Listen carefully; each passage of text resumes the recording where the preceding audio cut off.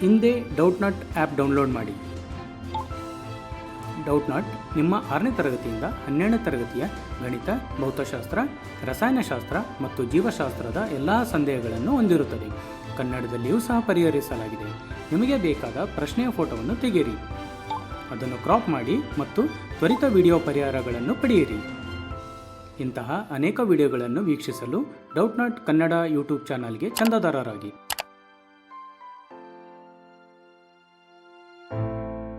Hello.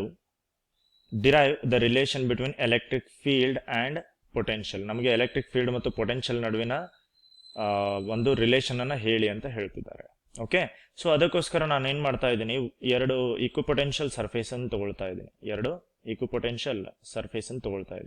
Okay, I will draw the equipotential surfaces. This is the first equipotential surface and this is the another equipotential surface. ಎರಡು equipotential surfaces ಅನ್ನ ನಾನು consider ಮಾಡ್ತಾ ಇದ್ದೀನಿ. Let me call them as equipotential surface. ಇದು equipotential surface A, ಇದು equipotential surface B ಅಂತ consider ಮಾಡ್ತಾ ಇದ್ದೀನಿ. ಲೆಟ್ ಮಿ ಕನ್ಸಿಡರ್ ದಟ್ ಇಲ್ಲಿ ಈ ಪೊಟೆನ್ಷಿಯಲ್ ಪೊಟೆನ್ಷಿಯಲ್ ಅಂದ್ರೆ ಈ ಸರ್ಫೇಸ್ ಮೇಲೆ ಪೊಟೆನ್ಷಿಯಲ್ ಎಷ್ಟಿದೆ V ಅಂತ ಕನ್ಸಿಡರ್ ಮಾಡೋಣ.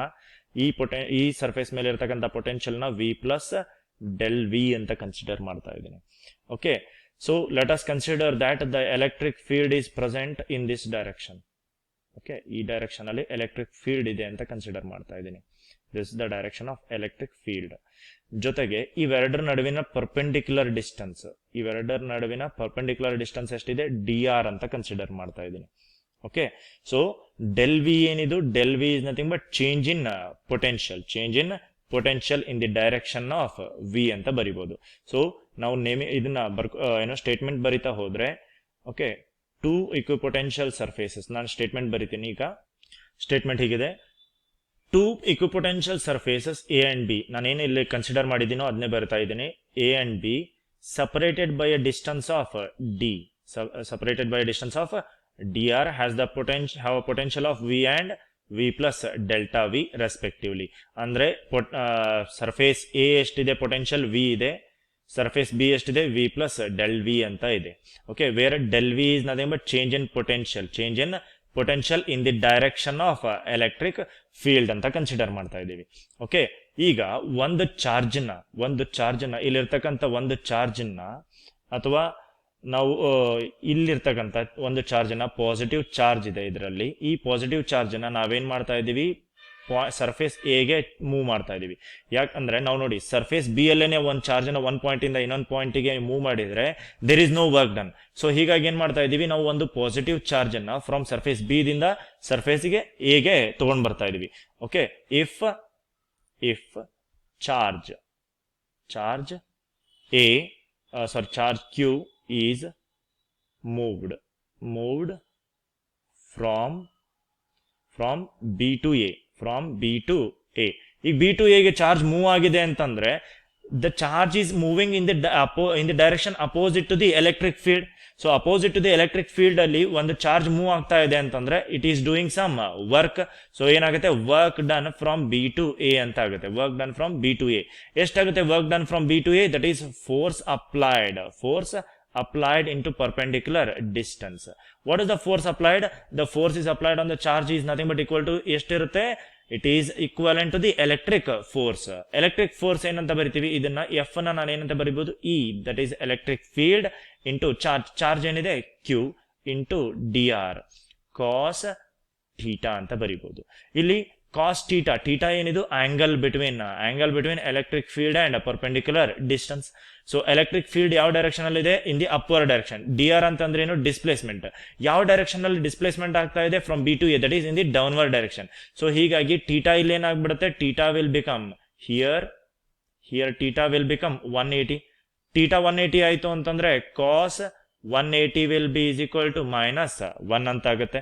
ಸೊ ಹೀಗಾಗಿ ನನಗಿರ್ತಕ್ಕಂಥ ಇಕ್ವೇಶನ್ ಏನಾಗುತ್ತೆ, WAB, that is work done from B to A will be is equal to minus EQ dr ಅಂತ ಆಗುತ್ತೆ. Let me call it as equation number 1. So ಹಾಗೆ by definition of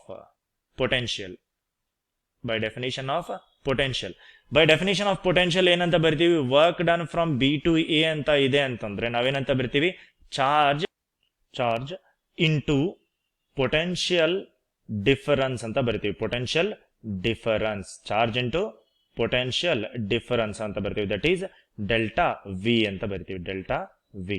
okay, let me call it as equation number 2. So ಇದು ಏನಾಯ್ತು, ಇದು ಕೂಡ work done ಆಯ್ತು. So work done ಇಲ್ಲಿ delta V ಅಂತಂದ್ರೆ potential of A, potential at B minus potential at A ಅಂತ ಆಗುತ್ತೆ.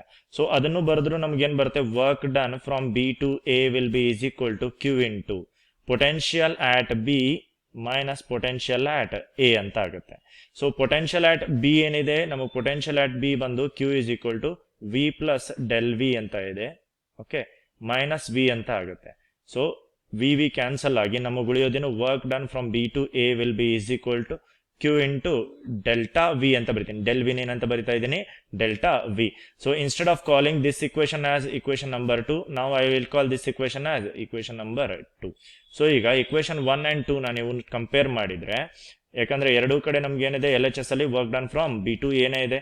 So comparing 1 and 2, comparing 1 and 2 ಏನಾಗುತ್ತೆ, minus E Q D R will be is equal to Q delta V ಅಂತ ಆಗುತ್ತೆ. D R ನ ಕೂಡ ನಾವೇನಂತ ಬರಿಬಹುದು, delta R ಅಂತ ಬರಿಬಹುದು. ಸೊ ಕ್ಯೂ ಕ್ಯಾನ್ಸಲ್ ಆಗಿಬಿಡುತ್ತೆ. therefore electric field will be is equal to minus delta V divided by delta R ಅಂತ ಬರಿಬಹುದು. So this is nothing but the relation between electric field and electric potential. Thank you.